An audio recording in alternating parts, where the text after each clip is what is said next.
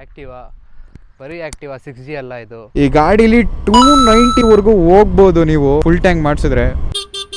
Regular ಆರನ್ನು ಲೌಡಾನು ಇರಲ್ಲ. YouTube ನೋಡ್ತೀರಾ? ನೋಡ್ರಿ, ಋಷಿಲ್ ಆರಾಧ್ಯ ಅಂತ ಇದೆ, ಸಬ್ಸ್ಕ್ರೈಬ್ ಮಾಡ್ಕೊಳ್ರಿ. ಹೇಳ್ರಪ್ಪ.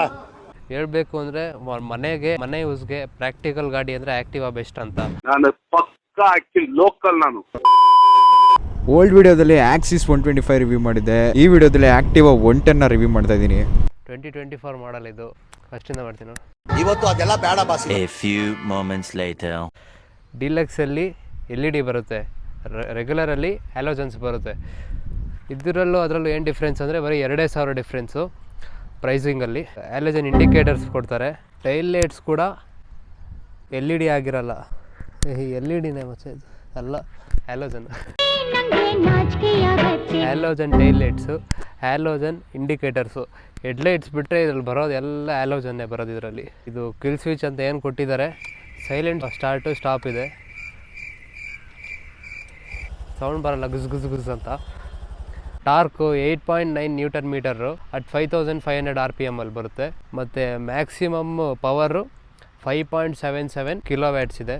ಮತ್ತು ಇದರಲ್ಲಿ ಹೇಳ್ತಾ ಬಂದರೆ ಫ್ಯೂಯಲ್ ಟ್ಯಾಂಕ್ ಕೊಟ್ಟಿದ್ದಾರೆ ವಿತ್ ಒಳಗಡೆ metal covering, 2 switch.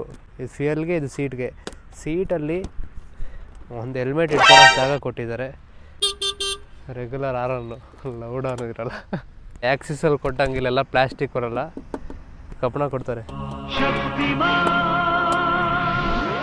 Royal Enfield 350cc 100 ಹೊಡೆಯಲ್ಲ.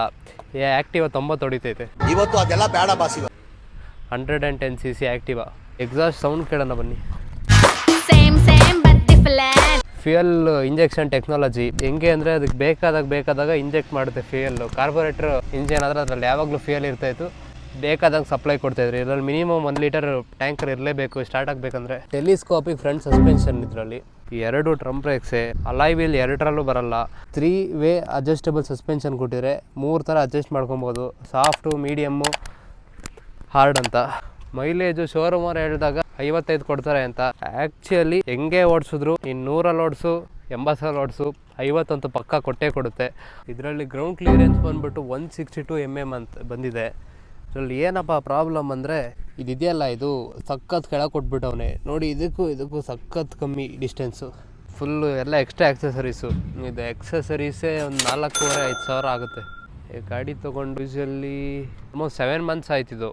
2024 ಜಾನಲ್ಲಿ first ಬಂದಿದ್ದು ತುಮಕೂರು ಗಾಡಿ. ಇದು ಒಳ್ಳೆ ಮೈಲೇಜ್ ಕೊಡುತ್ತೆ. ಗಾಡಿಲಿ ಫ್ಯೂಯಲ್ ಕೆಪಾಸಿಟಿ 5.3 ಲೀಟರ್ಸ್ ಇದೆ. ಅಮ್ಮಮ್ಮಂದ್ರು ಈ ಗಾಡಿ ಮೈಲೇಜು 55ಕ್ಕಿಂತ ಕಮ್ಮಿ ಇಲ್ಲವೇ ಇಲ್ಲ. 55 1 ಲೀಟರ್ಗೆ ಅಂತ ಆವ್ರೇಜ್ ತಗೊಂಡ್ರು. ಅಮ್ಮಮ್ಮ ಅಂದ್ರು ಈ ಗಾಡಿ ಮೈಲೇಜು ಎಷ್ಟು?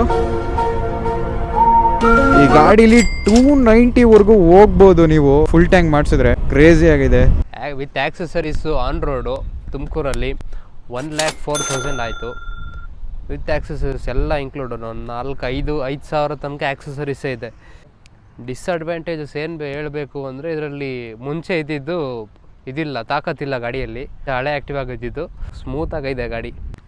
ಏನು ಹೇಳೋಣ, ಸರ್ವಿಸು ತುಂಬ ಮೇಂಟೆನೆನ್ಸ್ಗೆ ಏನು ಜಾಸ್ತಿ ತಲೆ ಎಲ್ಲ ಚಚ್ಕೊಬೇಕಾಗಿಲ್ಲ. ಇವಾಗ ಈ ಗಾಡಿಗಾಗಲೇ ಸೆಕೆಂಡ್ ಸರ್ವಿಸ್ ಆಗಿದೆ. ಸೆಕೆಂಡ್ ಸರ್ವಿಸಲ್ಲಿ ಲೇಬರ್ ಫ್ರೀ ಇರುತ್ತೆ ಫಸ್ಟ್ 3 ಸರ್ವಿಸಲ್ಲಿ. ಇವಾಗ ಫಸ್ಟ್ ಸರ್ವಿಸು ನಮಗೆ 400 ಚೇಂಜ್ ಬಂದಿತ್ತು, ಈ ಸರಿ 460 ಬಂದಿದೆ. ನೆಕ್ಸ್ಟು ಅಷ್ಟೇ ಬರ್ಬೋದು. ಏನು ಚೇಂಜ್ ಮಾಡಿ, ಇಂಜಿನ್ ಆಯಿಲ್ ಚೇಂಜ್ ಮಾಡ್ತಾರೆ, ಒಂದ್ಸರಿ ರೀಅಸೆಂಬಲ್ ಮಾಡ್ತಾರೆ, ಕ್ಲೀನ್ ಮಾಡಿ, ಏರ್ ಫಿಲ್ಟರ್ ಕ್ಲಿಯರ್ ಮಾಡ್ತಾರೆ, ಆಯಿಲ್ ಫಿಲ್ಟರ್ ಚೇಂಜ್ ಮಾಡ್ತಾರೆ. ಪರವಾಗಿಲ್ಲ. 3 ಸರ್ವಿಸ್ ಫ್ರೀ ಆದಮೇಲೆ ನೆಕ್ಸ್ಟ್ ಅಡಿಷ್ನಲ್ ಕಾಸ್ಟ್ ಏನಾಗ್ತಾರೆ ಅಂದರೆ ಅಷ್ಟೇ ಬರುತ್ತೆ. ಆದರೆ ಎಕ್ಸ್ಟ್ರಾ ಲೇಬರ್ ಚಾರ್ಜಸ್ ಅಂತ 150 ಆ್ಯಡ್ ಮಾಡ್ತಾರೆ ಅಂತ ಶೋರೂಮ್ ಅವ್ರು ಹೇಳಿದ್ದಾರೆ. ವೈಬ್ರೇಷನ್ ಅಂತ ಏನಿಲ್ಲ, ಫುಲ್ಲು ಸ್ಮೂತು. ನಿನ್ನ 60 ಹೋಗ್ತಾ ಕೈ ಬಿಟ್ಟರು ಅಲ್ಲಾಡಲ್ಲ, ಹ್ಯಾಂಡ್ಲು ಅಲ್ಲಾಡಲ್ಲ. ಆ್ಯಕ್ಟಿವಾ ನಮ್ಮ ಮನೆಯಲ್ಲಿ 2007 ಒಂದೈತೆ, ಆಮೇಲೆ 2016 ಒಂದಿತ್ತು, ಕಳೆದೋಯ್ತದು. 2018 ನವಂಬರ್ದು ಒಂದು ಗಾಡಿ ಇದೆ 5G, ಆಮೇಲೆ ಇದು ತಗೊಂಡಿದ್ದು. ನಮ್ಮ ಸಂಸಾರ ಆನಂದ ಸಾಗರ. ಅಷ್ಟು ಜನ್ರೇಷನ್ ಚೇಂಜ್ ಮಾಡಿದ್ದೀವಿ.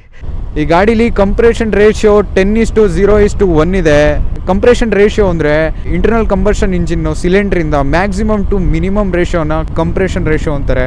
ಭಾಷೆ ಮಾತಾಡಿದ್ದೊಂದು ಭಾಷೆ ಇಲ್ಲ. ಯಾವುದೇ ಒಂದು ವೈಬ್ರೇಷನ್ ಇಲ್ಲ ಗಾಡಿ ಟಾಪ್ ಸ್ಪೀಡಲ್ಲಿ ಹೋದ್ರು ಸಹ. ಬೆಣ್ಣೆ ಥರ ಇದೆ ಗುರು.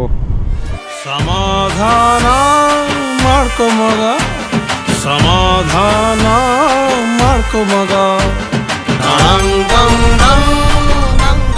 ಈ ಗಾಡೀಲಿ 80 ರೀಚ್ ಮಾಡೋದು ಅಷ್ಟೇನು ಕಷ್ಟವಾದೇನಲ್ಲ. ನಿಮ್ಗೆ 10 ಸೆಕೆಂಡಲ್ಲಿ 80 ರೀಚ್ ಆಗುತ್ತೆ ಈ ಗಾಡೀಲಿ.